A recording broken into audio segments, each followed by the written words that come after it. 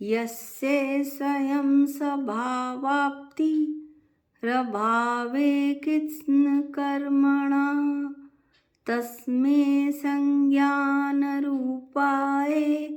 नमोस्तु परमात्मने। आचार्य पूज्य पाद स्वामी मंगलाचरण करते हुए अनंत ज्ञान स्वरूप परमात्मा सिद्ध भगवान को नमस्कार करते हैं कि जिस आत्मा में समस्त कर्मों का अभाव हो गया, कैसे अभाव हुआ?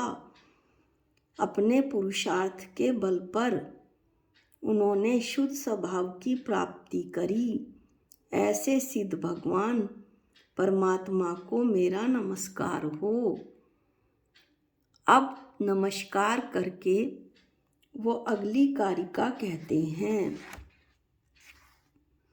आज हम कारिका 28 का अध्ययन करेंगे। पिछली कारिकाओं में हमने देखा कि हमने सुना व समझा कि हम अपने आत्मा का कल्याण कैसे कर सकते हैं। आत्मा के कल्याण की बातों को सुना व समझा।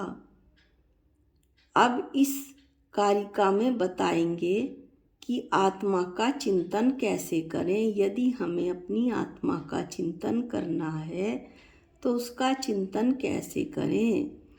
फिर बता रहे हैं कि मेरी आत्मा कैसी है, कैसा है मेरी आत्मा, आत्मा के स्वरूप कैसा है। आत्मा के स्वभाव की चर्चा इस कारिका 27 में हो रही है,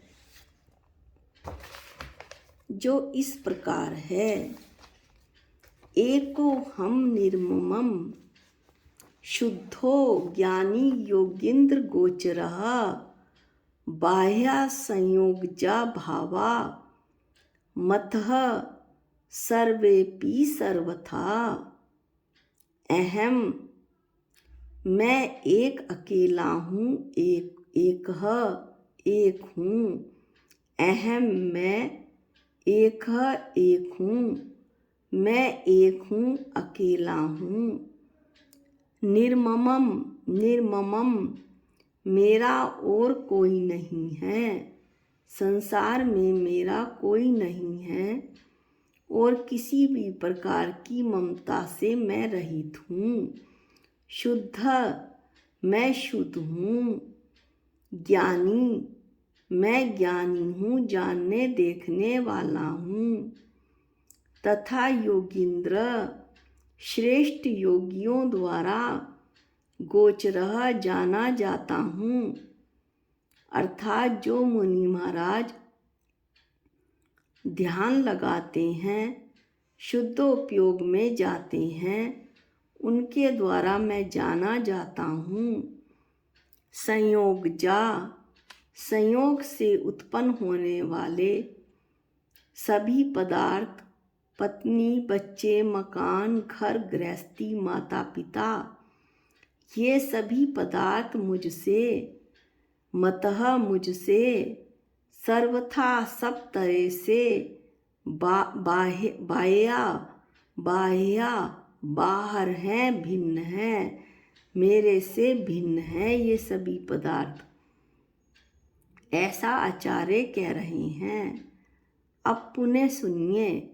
मैं एक अकेला हूँ, एक हूँ, मेरा और कोई नहीं है। इस विश्व में, संसार में मेरा कोई नहीं।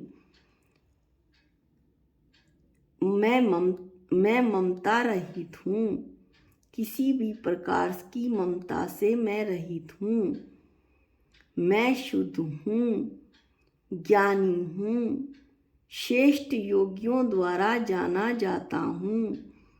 ध्यान लगाते समय जो शुद्धोपयोग में चले जाते हैं, उनके द्वारा मैं जाना जाता हूँ। सभी जो पदार्थ हैं, जो संयोगों से उत्पन्न हुए हैं, पत्नी, बच्चे, मकान, घर गृहस्थी, माता पिता, ये मुझसे सब तरह से बाहर हैं। बाहर का मतलब है भिन्न है। मेरी आत्मा में इनका कोई संबंध नहीं है। अब इसका पद अनुवाद देखिए। मैं अकेला निर्मम हूँ, योगी को ही दिखता हूँ। शुद्ध शुभ्र हूँ ज्ञानी होता, शुद्ध शुभ्र हूँ ज्ञानी होता। ज्ञान अमृत को चखता हूँ। माया ममता मोह मान मद, संयोग गज ये भाव अरे। भिन्न सर्वथा मुझसे हैं यूं, इनमें हम संभाव धरें। ऐसा पद अनुवाद में कहा है। अब ये प्रश्न होता है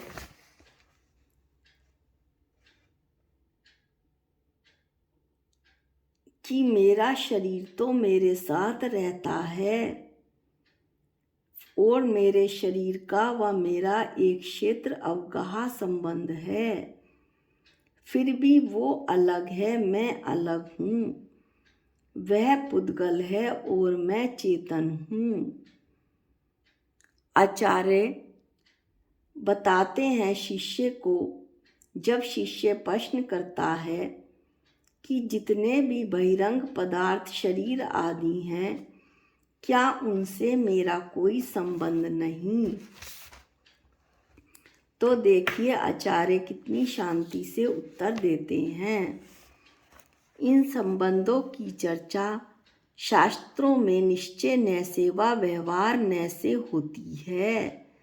निश्चय न आत्मा के शुद्ध स्वरूप की बात करता है और व्यवहार न उसके पर्याय की वर्तमान अवस्था की बात करता है। निश्चय न की अपेक्षा आचार्य ने जो इस कारिका में बताया है, कारिका 27 में, बिल्कुल सही है और यही बात है, सच्ची बात है। मेरा विषय कोई नहीं, विश्व में किसी भी पदार्थ से कोई मेरा संबंध नहीं। मैं तो एक चेतन भगवान आत्मा हूँ और अन्य मैं विश्व में कुछ भी नहीं। शिष्य अब फिर प्रश्न करता है कि क्या मेरा बेटा नहीं? क्या मेरा घर नहीं? तो आचार्य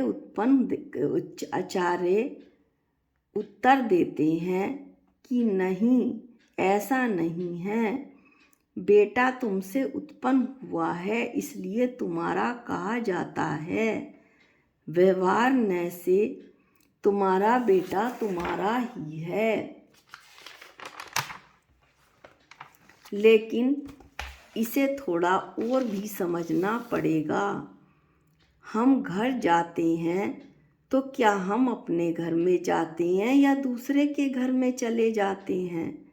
नहीं, हम अपने ही घर में जाते हैं, दूसरे के घर में नहीं, और अपने ही घर में रहते हैं, क्योंकि व्यवहार न से वह मेरा घर है, अन्य का घर मेरा नहीं। फिर प्रश्न उठता है कि व्यवहार न झूठा है या सच्चा है? आचार्य उत्तर देते हैं कि व्यवहार न पर्याय की दृष्टि से सच्चा है, लेकिन द्रव्य की अपेक्षा निश्चय न की अपेक्षा झूठा है। व्यवहार न से यह मकान मेरा है, चूँकि मैंने इसे बनवाया है, पर निश्चय से मकान पुद्गल है और मैं चेतन हूँ। एक द्रव्य में दूसरे द्रव्य से अत्यंताभाव होता है, यानी पुद्गल द्रव्य अलग है और चेतन द्रव्य अलग है।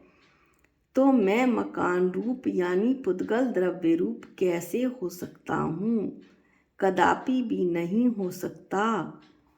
जो इन दोनों बातों या हम कहें निश्चय ने और व्यवहार ने को समझ जाता है, वही अपने कल्याण का मार्ग प्रशस्त करता है और उसी का नाम ज्ञानी है।